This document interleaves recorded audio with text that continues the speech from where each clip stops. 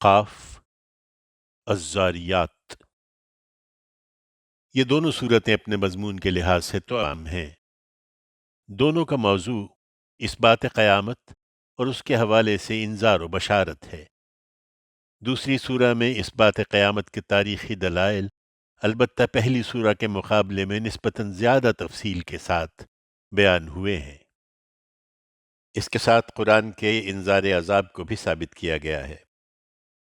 دونوں میں خطاب قریش سے ہے اور ان کے مضمون سے واضح ہوتا ہے کہ ام القریٰ مکہ میں یہ رسول اللہ صلی اللہ علیہ وسلم کی دعوت کے مرحلہ انذار عام میں نازل ہوئی ہیں۔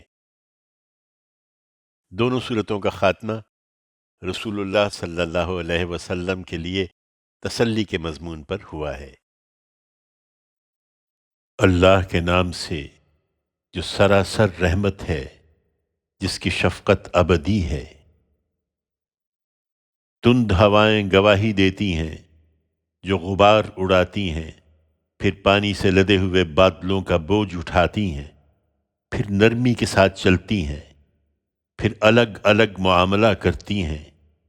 یہ گواہی دیتی ہیں اور دھاریوں والا آسمان بھی کہ جس عذاب کی وعید تمہیں سنائی جا رہی ہے وہ یقیناً سچ ہے اور جزا و سزا واقعہ ہو کر رہے گی۔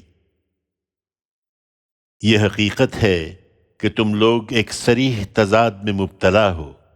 ہماری اس وعید سے وہی منہ موڑ سکتا ہے جس کی عقل الٹ دی گئی ہو۔ اس کے بارے میں یہ اٹکل دوڑانے والے ہلاک ہوں جو غفلت کی نیند سوئے ہوئے ہیں، بالکل بے خبر ہیں، پوچھتے ہیں روز جزا کب آئے گا۔ اس دن آئے گا جس دن یہ آگ پر تپائے جائیں گے۔ اب چکھو اپنے اس فتنے کا مزہ جس میں تم مبتلا رہے۔ یہ وہی چیز ہے جس کے لیے تم جلدی مچائے ہوئے تھے۔ پرہیزگار البتہ اس دن باغوں اور چشموں میں ہوں گے، ان کے پروردگار نے جو کچھ انہیں بخشا ہے لے رہے ہوں گے۔ وہ اس سے پہلے خوبی سے عمل کرنے والے تھے، راتوں میں بہت کم سوتے تھے اور ان کے آخری وقتوں میں اپنے پروردگار سے مغفرت مانگتے تھے، اور ان کے مالوں میں حق تھا سائل اور محروم کے لیے۔ ہوا اور بادلوں ہی میں نہیں، جو یقین کرنا چاہیں ان کے لیے زمین میں بھی نشانیاں ہیں اور تمہارے وجود میں بھی۔ پھر کیا تم دیکھتے نہیں ہو؟ اور آسمان میں تو تمہارے لیے روزی بھی ہے اور وہ چیز بھی جس کی وعید تمہیں سنائی جا رہی ہے۔ سو قسم ہے آسمان و زمین کے پروردگار کی، اس کا آنا یقیناً حق ہے، اسی طرح جیسے تم بول دیتے ہو۔ اس کی نشانیاں تاریخ میں بھی ہیں۔ تمہیں ابراہیم کے معزز مہمانوں کی حکایت پہنچی ہے؟ جب وہ اس کے پاس آئے تو کہا تم پر سلامتی ہو۔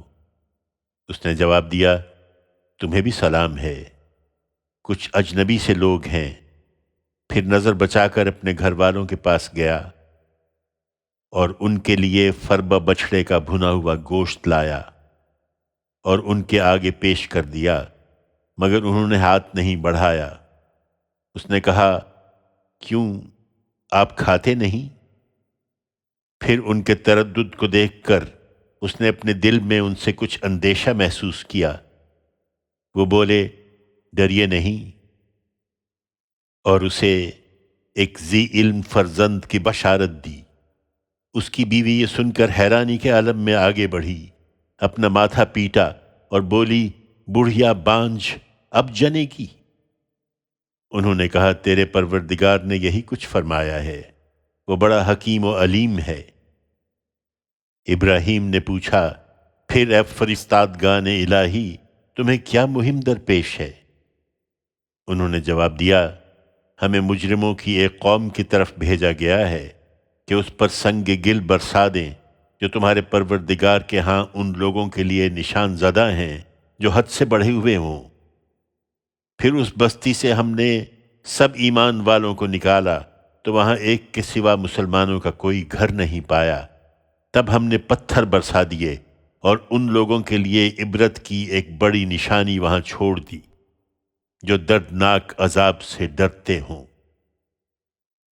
یہی نشانی موسیٰ کی سرگزشت میں بھی ہے، جب ہم نے اس کو ایک واضح سند کے ساتھ فرعون کی طرف بھیجا تو اس نے غرور سے منہ موڑا اور بولا، یہ جادوگر ہے یا کوئی خپتی ہے۔ اس کا نتیجہ یہ ہوا کہ ہم نے اسے اور اس کے لشکروں کو پکڑا اور انہیں سمندر میں پھینک دیا، اور وہ ملامت زدہ ہو کر رہ گیا۔ یہی نشانی عاد کی سرگزشت میں بھی ہے، جب ہم نے ان پر بے فیض اور خشک ہوا چلا دی۔ وہ جس چیز پر بھی گزرتی تھی اسے ریزہ ریزہ کیے بغیر نہیں چھوڑتی تھی۔ اور یہی نشانی سمود کی سرگزشت میں بھی ہے، جب ان سے کہا گیا کہ تھوڑی مدت کے لیے مزے کر لو، مگر اس تنبیہ پر بھی انہوں نے اپنے پروردگار کے حکم سے منہ موڑا اور سرتابی کی، تو انہیں کڑک نے آ لیا اور وہ دیکھتے رہے، پھر نہ ان کے لیے اٹھنا ممکن ہوا اور نہ وہ اپنا بچاؤ کر سکے۔ اس سے پہلے قوم نوح کو بھی ہم نے اسی طرح پکڑا، یقیناً وہ بھی نافرمان لوگ تھے۔ پھر کیا مشکل ہے کہ ہم انہیں دوبارہ اٹھا کھڑا کریں؟ تم دیکھتے نہیں ہو کہ آسمان کو ہم نے عظیم قدرت کے ساتھ بنایا ہے اور ہم بڑی وسعت رکھنے والے ہیں، اور زمین کو ہم نے بچھا دیا ہے، سو کیا خوب بچھانے والے ہیں، اور ہم نے ہر چیز کے جوڑے بنائے ہیں تاکہ تم یاد دہانی حاصل کرو۔ اس لیے دوڑو اللہ کی طرف، میں اس کی طرف سے تمہیں ایک کھلا خبردار کرنے والا ہوں، اور اللہ کے ساتھ کسی دوسرے کو معبود نہ بناؤ۔ قیامت کا مرحلہ آئے گا تو ان میں سے کوئی تمہارے کام نہ آئے گا۔ میں اس حقیقت کے بارے میں بھی اس کی طرف سے تمہیں ایک کھلا خبردار کرنے والا ہوں۔ تم مطمئن رہو اے پیغمبر، اسی طرح ہوتا رہا ہے۔ ان سے پہلوں کے پاس بھی جو رسول آیا، انہوں نے اس کو یہی کہا کہ جادوگر ہے یا دیوانہ۔ کیا یہ ایک دوسرے کو یہی وصیت کرتے رہے ہیں؟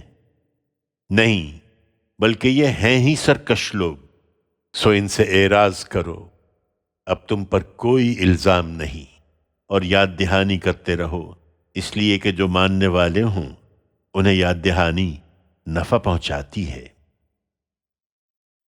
ان سرکشوں کو اب ان کے حال پر چھوڑ دو۔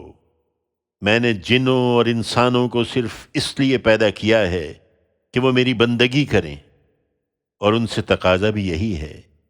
میں ان سے کوئی رزق نہیں چاہتا اور نہ یہ چاہتا ہوں کہ مجھے کھلائیں۔ اللہ تو خود روزی رساں ہے، بڑے زور اور بڑی قوت والا ہے۔ انہیں کچھ مہلت دو، اس لیے کہ ان ظالموں کے لیے بھی وہی پیمانہ ہے جیسا ان کے اگلے ہم مشربوں کے لیے تھا، سو مجھ سے جلدی نہ مچائیں۔ ان منکروں کے لیے آخر کو بڑی خرابی ہے، ان کے اس دن کی وجہ سے جس سے انہیں خبردار کیا جا رہا ہے۔